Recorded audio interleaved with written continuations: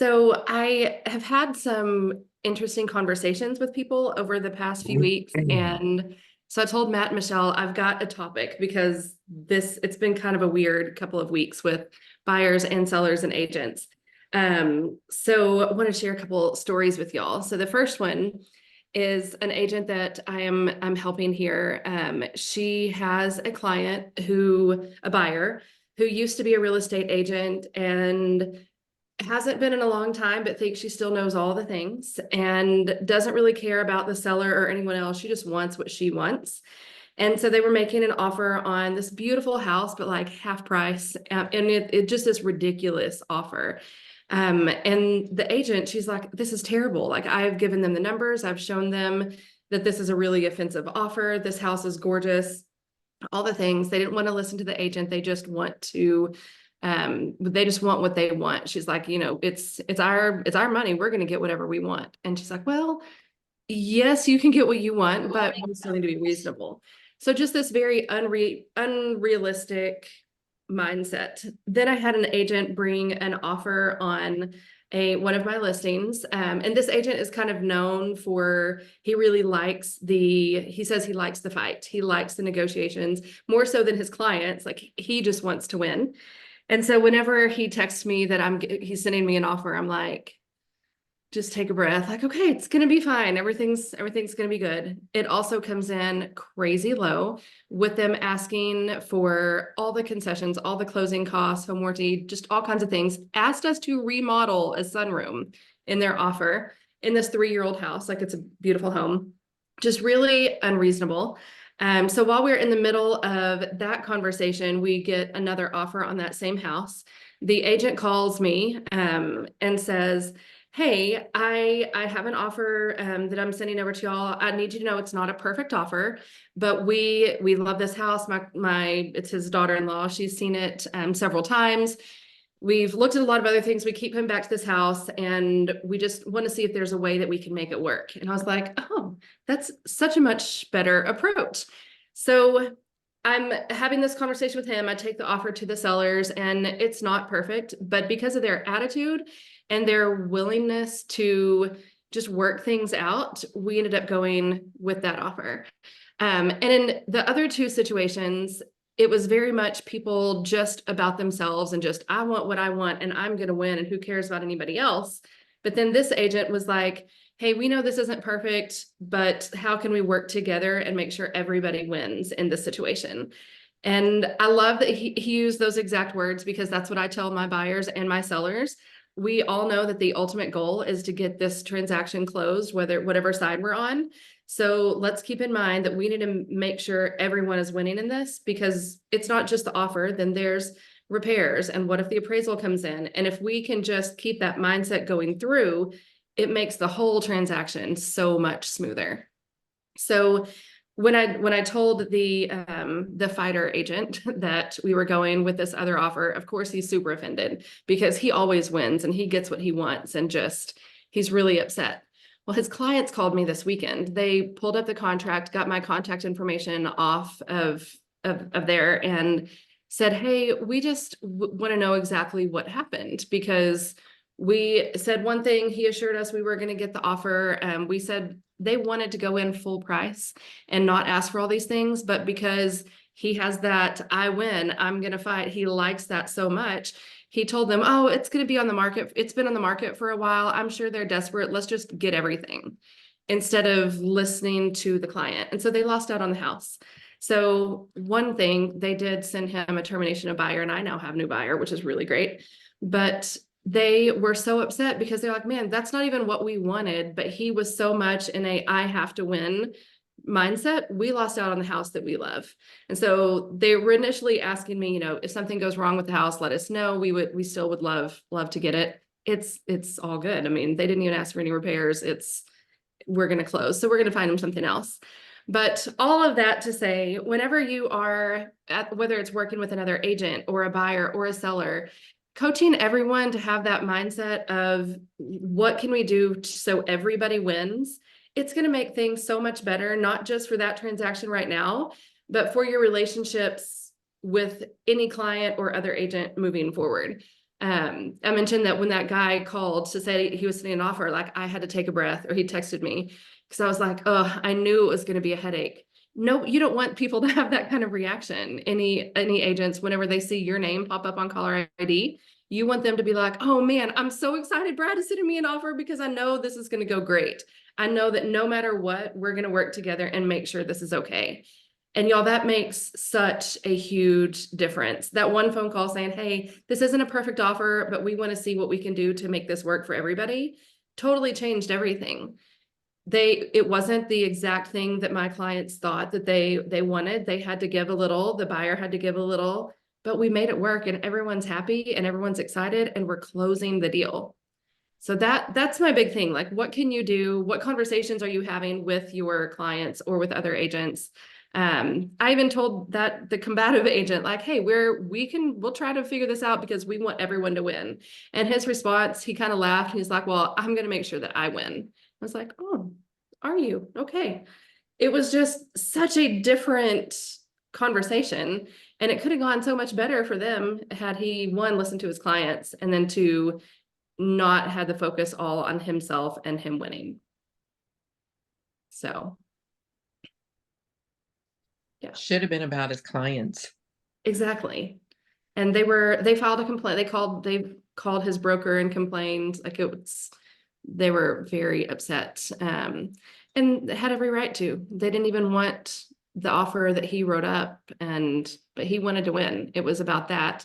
And I think especially moving into all these new things with all the NAR stuff, even more so, we have to have that mindset of everybody winning. Otherwise, we're going to be the ones losing out, right? Because an agent's not going to want, or seller isn't going to want to pay a buyer's agent if all they care about is just I'm winning and who cares what my client thinks, or let's just be unreasonable and offer half price on a house that is priced very well. That's not going to work for anybody. The first clue is that it's called a cooperative transaction. You're working with a co-op. And there's nothing that screams insecurity than opposition and aggression. So the best transactions that I've had a part in have been the most like cordial, soft. And however, it doesn't mean that it wasn't direct and they weren't very steadfast and firm in terms and saying, well, here's where we're at. Here's what we're going to do. And here's what we need. And here's da, da, da, da, da, da. But it was a cooperative transaction. It wasn't combative. It wasn't, adversarial, if you will. Right. Like if you approach any, like any interaction when somebody comes at you and they come at you with like a certain energy of aggression, everybody's immediately on the defense. How are you supposed to like how are you supposed to get into any kind of win whenever everyone's like, whoa, like we haven't even started Yeah. and you want to fight? Like, how's this gonna go? So you know, I feel really bad for that agent, and then I also feel worse for the clients. I feel bad for the agent that they haven't had anybody in their world that's helped them see how detrimental this is for their business, because it's taking away from their family. And that's and not having leadership that's strong enough to be able to pull someone aside and say, hey, this how's that working for you? Like, really though? Yeah. He's been doing this for a long time, but mostly investments. He's got a lot of big investors that he works with, and he like out of state investors too. And he's very much like, I'm going to fight for them, get whatever I want. I'm like, man, you're losing out on so much. Like, he's really, I mean, he's a very smart guy. Like, if he would just change that approach, and he would do incredibly well. Like, his business, I feel like he would do a lot. But man, people don't like working with him. They would do anything to avoid his listings, because he just has that attitude. Now the buyers, they're in good hands now. So they're going to be very well taken care of now. And, glad that I was able to pick that up. But yeah, they lost out on the house that they love. They're like, man, has this builder built anything else? Can you help me find this exact house? Well, not the exact one, but we can find something. what are some of the ways that you guys help soften an agent approach that may be coming in with edges? What are some of the ways that you've helped that we can share on this group and mastermind together? Don't elevate to their level of emotion. Mhm. Trying to remind yourself it's not about you. And don't do don't tell yourself they always do this, because then you're just setting up that expectation in your own mind too and reacting to that. I think that's great. And um not specifically to that answer, but I think the other thing to think about too is you're thinking about Audra's win-win is like in this situation, pricing wasn't a win for that client. And so helping kind of helping people understand that in a way of like, what is a real win for your client? And sometimes I think if you can phrase it that way, like, what's a real win for your client? I know not every client is about pricing. Is it time? Is it the money? Is it the fixes that need to go into that? Like what's going to feel like a real win for your client? Sometimes phrasing it that way to help them understand versus what's a win for you.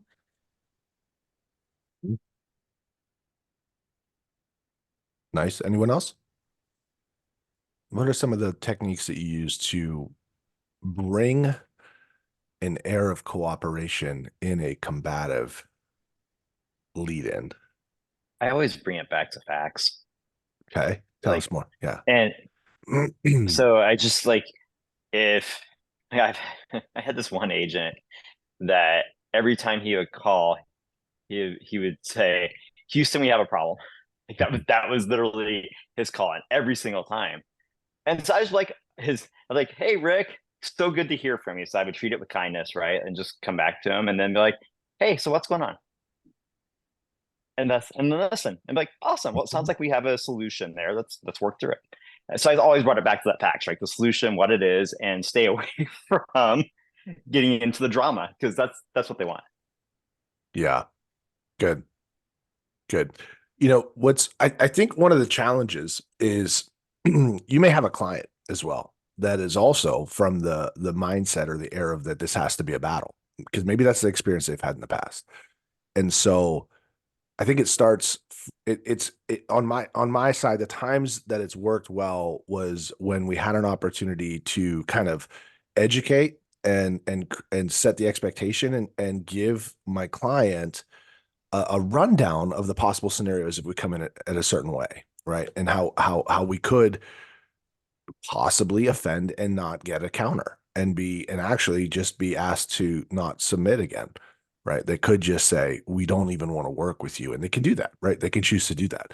And so when I have a client that says, okay, so I know the comps say this, let's offer this, and it's significantly less, like not just like, oh, my stomach hurts a little bit because we're coming in aggressive, but it's like in a realm of non-reality. I asked him, I said, okay, I said, help me out here.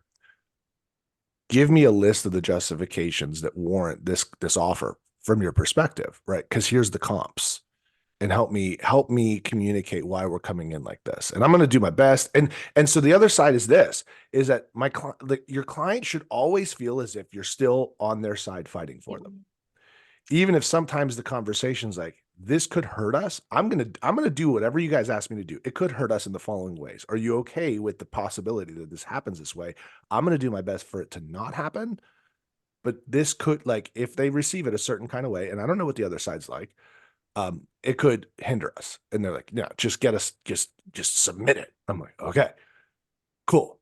So then I'll reach out to the other agent, like kind of like what Dan said, and said, hi. Hey, I'm super excited to work with you. And I have some clients that I'm working really hard with, and they really, really love this area. And we are submitting an offer. And so just know that they love it enough to write an offer. And we are really looking forward to working with you. So as you submit this, just know that we are very willing and open to work with you on this transaction. And and yes, right? And so, right? So that's if I'm on the buy side submitting. Now, if I'm on the listing side and somebody's coming in like that, and let's say they come in a slightly hard way. I'm just like, hey, guess what? Hey, I'm really looking forward to working with you on this, right? And I know that both of our goals is to get this to closing. So let's start there. And then if they come in with an offer that's super low, I said, listen, I love that you guys wrote this. I need you to help me. I need you to help me out. Agent friend. I said, if you can also submit where you're coming from with these numbers so I can help pass that on to the seller, because this is going to sting for them pretty significantly. If you can share with me some data, whatever comps you looked at, or if you can articulate why you're coming in so significantly below market value, that would mean the world. And it probably would get us into communication. Can you help me out with that? Like, help me out. Because you So know what's Matt, going to you know what's going to happen when I submit this. Yeah. Yeah, go ahead, Dan. no, so I've had a couple now where I've had clients. This last one was like we had actually 11 counters, the most I've ever had. But the conversation when I called him, so that's what the listing agent brought back to me, and which I was expecting. Yeah. But I was like, I always tell listing agents like, hey, just get me a response. We want to work with you. Like, get me a response. My clients want to work with you, and that always seems to help. But what in this one specifically, she kept coming back to me. It was like, your clients actually really want this house. Like, yeah, they really, really want the house. They just want to at a different price. So she came back to, I think, 4 times with that. And she's like, can you email me something about the house? I'm like, of course. So I had my clients put together an email of like what they loved about the house. Because we had to keep the sellers involved in it because it was rough. So Yeah. Yeah. I always, Communicate.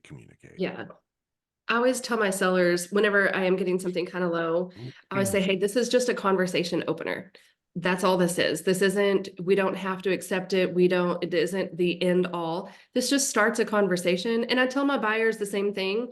That's also kind of how I can get buyers sometime if they're on the fence about making an offer. Like, hey, let's just start the conversation and see what happens, because that's all it is. Yes, we have to put together all the formal documents and sign everything, but ultimately this is just a conversation. Let's just start talking and see what happens. My favorite way to kind of break the ice and soften this up a little bit when I have a very aggressive offer that's pretty creatively low is when I reach out to the seller. I said, all right, congratulations, guys. We got an offer. And they're like, how is it? And I'm like, you know what? It's better than the one we had yesterday. And they're like, we had an offer yesterday. I said, nope. And that's where we're going to start. And I said, however, don't lose faith, because think about how emotionally attached somebody needs to become to actually put something on paper and make an offer to the property. So they love your property. They're on the hook. Now we need to see if we can reel them in without breaking the line. And my job is to get them in the boat. And for you guys, I'm going to do everything I can to get them up as high as as high as they're willing to bear without breaking the line. Is that fair? Cool. So let's talk about how we want to respond. And here's the other thing. This is another thing to put in your pocket. Never let a deal die on your side, whether it's a buyer or seller. Always counter with what would make sense for you, and then let the other side say no. Let the other side cancel. If you're the listing agent and they come in with a ridiculous offer, counter back full price. If you're the buyer's agent and they keep coming back and forth, just continue to counter whatever you want, put your terms there. Let the other side cancel.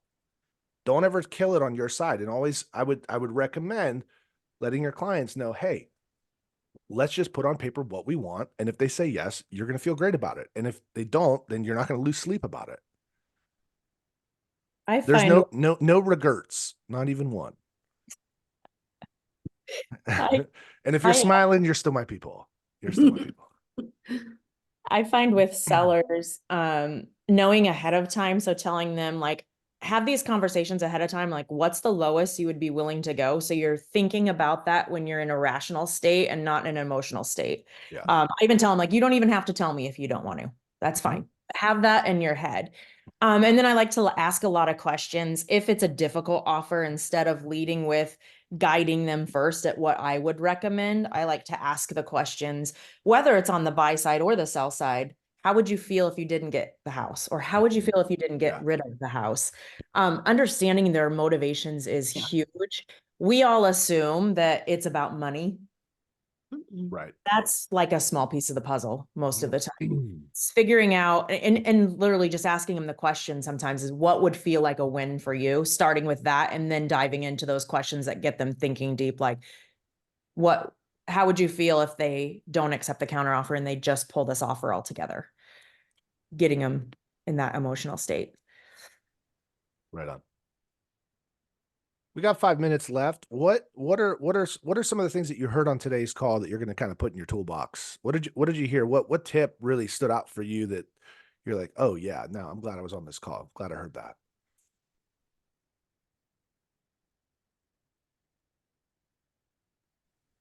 This isn't actually like specific to that, but I love just being on the calls to the energy. Mhm. And there's some mornings where we need it more than others. So Yeah. Well, I appreciate all the energy everyone brings. I'm grateful for everybody else bringing some energy today because right on. I hear that. It's very dark and thundering, and yet another rainstorm in central Missouri.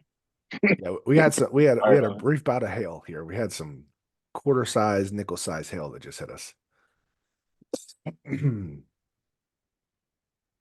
Oh, Matt, I know you know this. When we were at Keller Williams so long ago, it seems like that we were taught, win-win or no deal, and that just seems to me common sense, right? Mhm. Whereas other people, apparently, like the one Audra was dealing with, that doesn't make any sense to them, and maybe they're reading the wrong books about how to win in real estate, because it's you got to come from you got to represent your buyers, right? Yeah. And making a reasonable offer. If they Mhm. want to lowball it, I mean, it's your duty to provide that offer. But cooperation, communication, those are the keys. And like Matt said, let the other side close or back out, opt out. Yeah. But just keep it going. Yep. Something Michelle touched on too was motivation. If you have a really good buyer's consult or a really good listing appointment, you know their ultimate reasoning beyond price. So making sure you're having those conversations on why they're doing this, what they want, and asking like 15 times why. So you really get to the heart of what they want. So whenever those possible combative situations come up, or a low offer or anything, you can say, hey, remember, this is why we're doing this. Like we want this to close because you need to move into your bigger house because you're expecting a baby or whatever it is. Always having that, so that way you can bring people back to that, like Michelle said, when it's not super emotional or they get all caught up in their emotions. It's like, oh yeah, this is why we're doing that, and just helps ground them. Yeah. And diffuse the situation.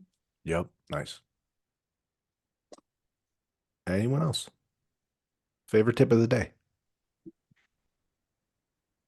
Don't spray your hair with hairspray instead of dry shampoo. Oh, that's a Just big kidding. one. That's a big tip. That should be everyone's takeaway today. I guess I'm having to write that down. I'm gonna write that down. Don't store the cans next to each other. I might speak from experience, Michelle. For those of you that have hair. Yeah. Don't brush your teeth with hydrocortisone. Ooh, yeah, On don't that do too. Yeah. This is really digressed. Anyone with an appropriate final thought, best tip of the day. What'd you hear from today's call? It's about relationships, truly. It all goes back to that. It's about relationships, knowing your client, knowing agents that you co-op with, and just building great relationships. How about anyone other than coaches answer? That'd be cool. Hey, Did I anyone- answered. I thank you, Alan and Dan. Anyone else? Anyone else? I like the tips. Cool. Fortunately, I haven't ran into a situation where it's like the agent is just too overbearing. Mm. I think a lot of what I do, my approach is, a lot of preventative work. So I tell people like, hey, I appreciate you did this. Just let them know, cake them up a little bit. Would you say cake them up? What does that? Yeah. What does that mean? Tell me. Just, I don't know, just be Like sweeten it overly up. nice. Like I don't have to let Sweeten it someone up. know, like, Got yeah, it. sweeten it up. Yeah. And so I don't know if that's exactly, why I haven't ran into this issue or not, but I mean, I like to think, if you're a generally nice person that, people are Yeah. going to be nice to you. Use what you got, man. Everything is energy. I'm a huge believer in that, right? It's difficult for someone to stay in a really nasty state if you don't match them in that. Like, right? People are going to mirror and match you, but they're going to mirror and match you to the higher energy, unless they pull you down, right? So don't let somebody's lower energy pull you into their conversation. And I have had people say, and Andy and I had a conversation about this the other day. He's like, yeah. He's like, the moment anyone starts calling me and starts like yelling and stuff, he's like, I'm just telling them like, hey, why don't you hang up for a second? Call me back when you're calmed down. Let's have a conversation in 5 minutes. I'll be here. Like, it sounds like you're pretty upset about something. Go ahead and hang up and I'll talk to you when you're reasonable and you're ready. Like, we're professionals. You don't ever get to like, you don't have to deal with any of that kind of conversation.